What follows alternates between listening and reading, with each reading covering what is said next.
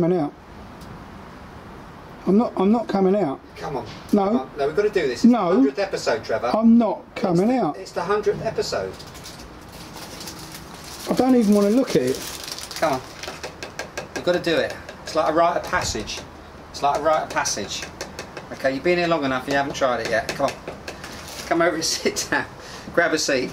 You actually want me to sit there? It's you need to sit here and just can you just zoom in on this? This is how much we love Beer Sweden television. This is the lengths we're prepared to go, Trev, to entertain you wonderful Beer Sweden followers. I think this is the ultimate sacrifice. We'll actually poison ourselves. Right, Trev. Cameras all over the place. The thing about are we back? Are we on? By the way, we're on. Are we on? Hello everyone and welcome to well, Trev. I'm really not interested in doing this. You know, Trev, I don't want to do this. Trev, we've done it, mate. We've done it. We've reached. Oh yeah. 100 episodes of Beer Sweden television. What, and now for the anal probe? I was going to say. So now, would you please bend over? Anyway, listen, before we start on what is, I'm sure, going to be an extremely interesting episode. Do you know, I feel a bit nervous actually. I'm bricking it. Take deep breaths.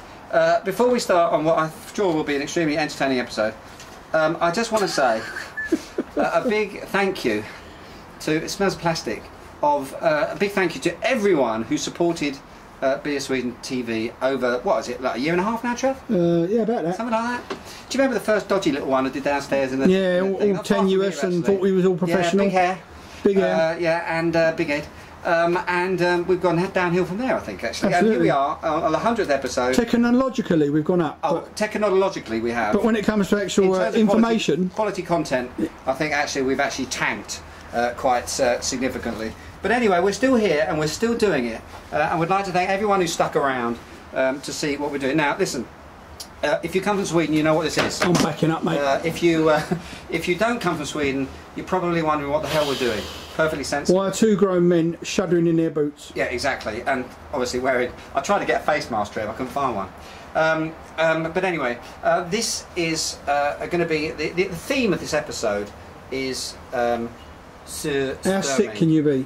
And basically, Surströmming, for people that don't know, this is fermented herring. When they use the word fermented, actually, I think I'll use it rather loosely, Trev. I like to refer to it as rotting herring. And basically, this is something of a Swedish delicacy.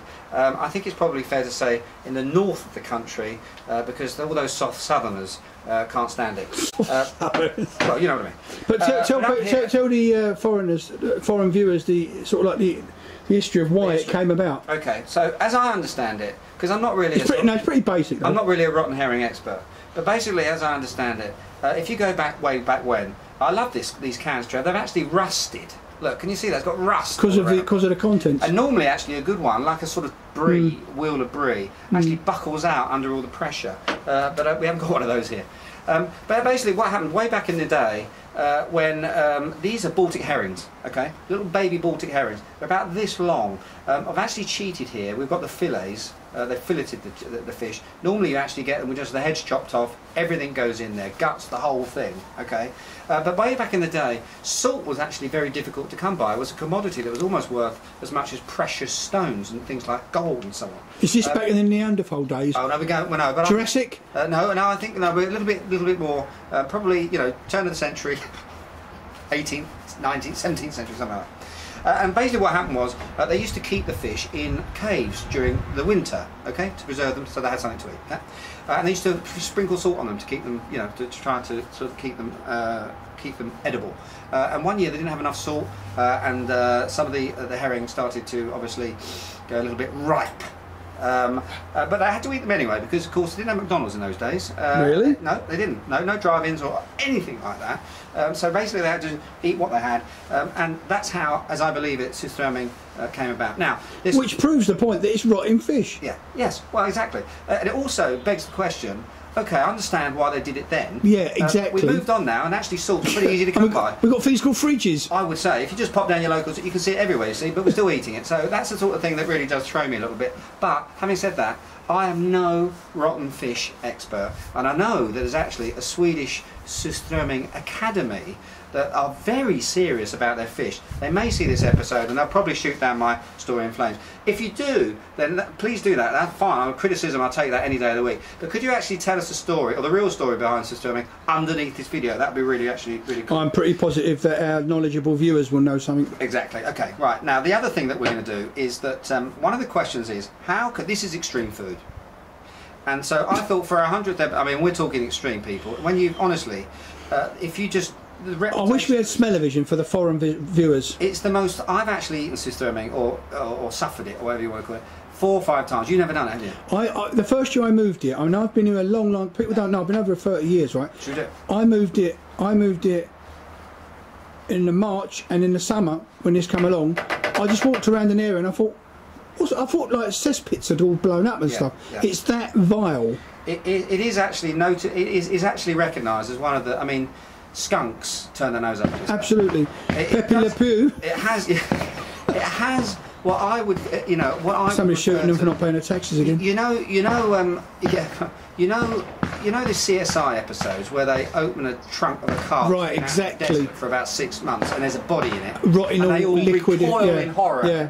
That's roughly what we're going to get when we open this. I think it probably is that bad. Yeah, or a mouse that's actually fallen down a drain pipe, something like that, and drowned. Or no, crawled in behind a wall. Oh, that's right, and it just sort of sat there, just basically. But I think I wouldn't be surprised if, I don't know, if this is as bad as those like putrefied flesh of a human, like a decomposing human. Yeah. It wouldn't surprise me. No.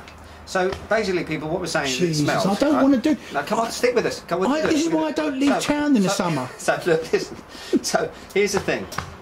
We decided what could we do for 100 to actually sort of like make it different for everything else. So we're going to eat, for a start, for you people, we're going to eat rotten fish. Oh, I'm not going to eat it. Sorry, fermented herring. You're not going to. Well, just me then, is it? Yeah, right. The other thing is the Swedish Academy, the Swedish Fermented Herring Academy, Surströmming Academy. They actually they had I think it was like 80 representatives, tried 50 different beers and nominated these two, and in particular this one, Eriksberg, as the ultimate, or the best Swedish beer to go with your fermented herring. And Nils Oskar with their Gold Lager, not God Lager by the way, because a lot of people say that. Gold Lager, good lager. That actually came in a close second. And then it didn't have any bleach on hand. No, it didn't. No, but apparently these complement beautifully the very funky and unusual flavours of the rotten herring. So I thought, Trev, what better way to celebrate the 100th episode than to actually put that to the test. So here we go. This is what we're going to do. But just hang on, and to backtrack a bit. Are you nervous now? Yeah, I am. You should be nervous. I want to know the actual motivation for dragging me along to do this. Are we just showing like the Beer Sweden readers and viewers that we're so? I'm going to say we, because I've got to sit here. Yeah. We're so dedicated that we'll make this sacrifice. Is that what you're doing? That's exactly what we're saying, Trev. That's exactly what but is it necessary? Because nobody's asked us to do this. No, I know. I'd rather go to Lisa Bay and ride the roller coaster. Would you like a little sip of beer before we start? A little bit of Dutch courage. Yeah, well. Because I think once we've actually tried the herring, the flavours of the beer. I think we should try the beer first, don't you? And then try it with the herring. Go on, then. I think that's actually very constructive. Eriksberg. Now I know a little bit about this beer, premium lager. I have to say I was surprised when I heard that this has actually been nominated as the best beer to go with it. There was another beer actually, and that's the Visby Weiss, which is a Hefeweizen, German Hefeweizen style, from Visby, which is the sort of craft arm of Spendrup. But that also was nominated as the ultimate. I don't quite understand. There was the best one, and then there's an ultimate. I don't know where that sits above it. Unfortunately, I couldn't get hold of a bottle of that. That wasn't in our Systember Lager. Anyway, let's just crash through this, because obviously this is going to be a smash and herring episode. Well, it's not smash anything. We've done 10 minutes already. This is the Eriksberg, which, as I say, is supposed to be a tasty sort of bodied, full-bodied lager. It's very pleasant. It has got a little bit going for it actually. It's not your standard industrial, faceless, tasteless lager at all. It's got quite a nice sweetness to it. I think that's going to be rather useful when it comes to herring. Now, Nils Oskar, of course, that is a beer that, when you smell this, all the malts are coming through beautifully. There's a little bit of smokiness to it, rough malt, grain, cereals, muesli, that's all in there. A much more pronounced nose to it. In terms of alcohol, 5.3%, both of them. Trev, There's no putting it off. Got to do it. Let me drop it. Yeah, that's the gourd. That's the helix belly. Now what I'm going to do, Trev, because I'm a little bit nervous, I've got a little trick that I learned. By the way, the gourd lager is actually based on a Dortmunder style. Okay, just for those people that want to know, and it's a very, very good example of it. Very high quality example of a Dortmunder lager there.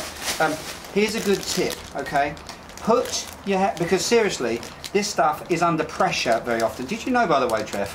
Did you know that British Airways and Air France have actually banned this from being taken on? Because it explodes. Because they actually classified it as a dangerous weapon because it's actually under pressure. Now, I don't think we're going to get terribly much spray here, but I'm going to open it in the bag just in case. Okay? Here we go, Trev. Are you ready? Oh! Shit! Hang on, I don't know if I got that. Oh yeah, I did. Oh! Trev, it sprayed all over the place, matey. That was a very good move. Now, if you get this on your clothes, you may as well just stick them on a bonfire because you're not going to get it out, okay? It's a bit like a skunk. It's... Oh! Oh! Trev. Oh! God, do you know, you think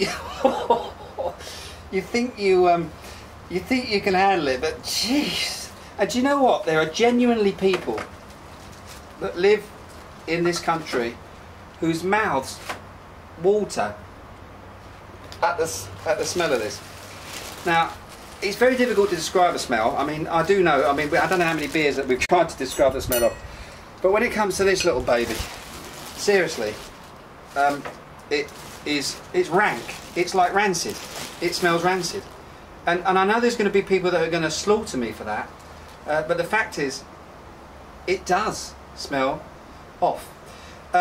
Okay. Now, as I say, I've wimped out a little bit here. I don't know what to do with that now, Trev. I'm going to have to leave it there. We wimped out. Oh, it's getting up now. I had a whole bag of air and it was all right. You've got to flip can you flip the camera around just so that they can see you? Because, oh, look, it's getting in here now. Look, he's actually got everyone. He's got a plastic bag on his head, which I think probably contravenes health and safety, Trev. Hurry up. Okay, listen. Oh, look, we've done pretty well so far. There it is. Can you zoom in on the thing? A bucket full of basically. Excuse me. Oh, I've got to breathe now. Okay. Hey, that's not going to crash my MacBook, is it? Now, okay. So, what we're going to do, Trev? What I think. Sulphur. It is, isn't it? It's like. Do you know? It's like Hades, isn't it? It's like you would imagine. Well, I've never actually been there. Expecting to go in a few years. Well, you've probably already booked your ticket. Look. So what we're gonna do, Trev? Look, stay with me. Look, zoom in on the action here. Look. Is the skin supposed to be part of it? I don't know. I can't remember. Look, I'm going to chop out into little bits. Now, this has not been cooked, people. Basically, it's been put in a saline solution, a brine solution, but not quite enough salt to actually preserve it. So basically, it's been... Oh, look. It's been going off, okay, in the can for probably about 6 months or so. And there we go. I'm not quite sure how to do this, Trev.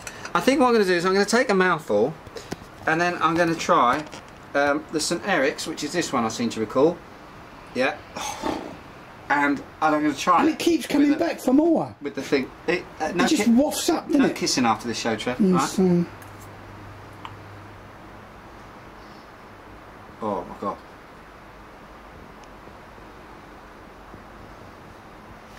You know,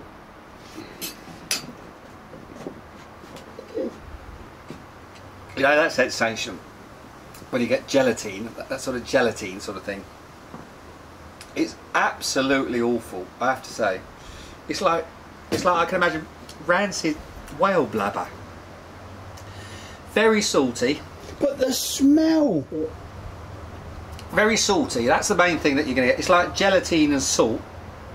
Smells huge, but really it's a salty. And that's why you normally jellied eels. You normally have it, but with this sort of twangy, sort of like smell. putrid. And it won't stop. You think it's going away and it comes back again. No, but here's the thing. If we're going to try and put a bit of science to this, my eyes are watering, Trev. If you're going to put a bit of science to this whole thing, the fact is that it's very, very salty. So you need sweetness in your beer, right, to match it. So that's really where I think these two are trying to come in. Trev, I think you need a lot of beer.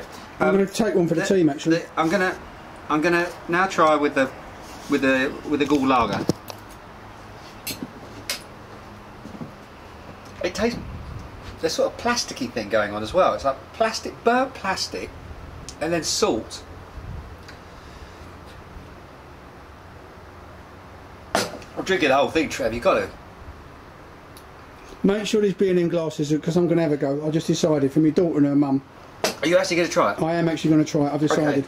Okay. Now listen. What's that show called where you've got to be really tough and do? Oh, Fear Factor. Yeah, that's the one. Yeah, this is it. This would fit in here because this can't be any worse than snails and worms and stuff. No, don't chunder over the camera because it's like. I was going to ask you. We're not insured for that, I don't think. Exactly legally, how would that? What, if you drop dead out? No, if I threw up on camera. Well, I don't know. Probably our because ratings. it's live. Obviously, I can't edit it. I think our ratings will go up, Trev. You think so? Okay, Gall Lager, St Eric's, right? Not St Eric's. Eric's. Does it really matter? Not really. To be quite honest with you. No, now I'm standing over it. I'm starting to. Oh. Just don't think about it too hard. Just slam it in there. He's doing it, people. He's actually doing it.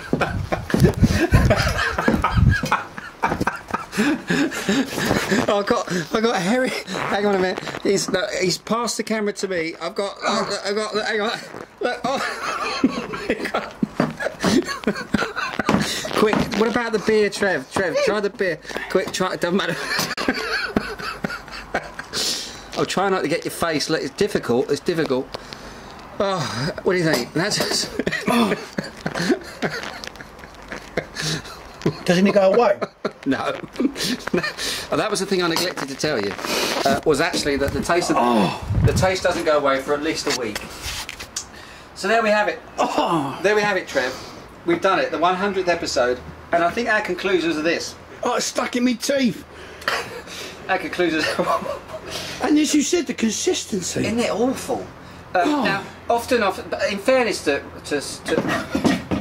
fermented herring, you're supposed to have it with like thin bread, tunnbröd, mandelpotatis, like almond potatoes, creme fraiche, a little bit of chopped red onions, actually really nice, and that all kind of, sort of dumbs it down a bit. We just have it straight up hardcore style. In all seriousness, we are hardcore. A dog turd would taste good if you put all that stuff on top of it. Okay, well that's your personal point of view, and and I think there'll probably be a few people that would share it, but basically, I think we've answered the question: can you pair?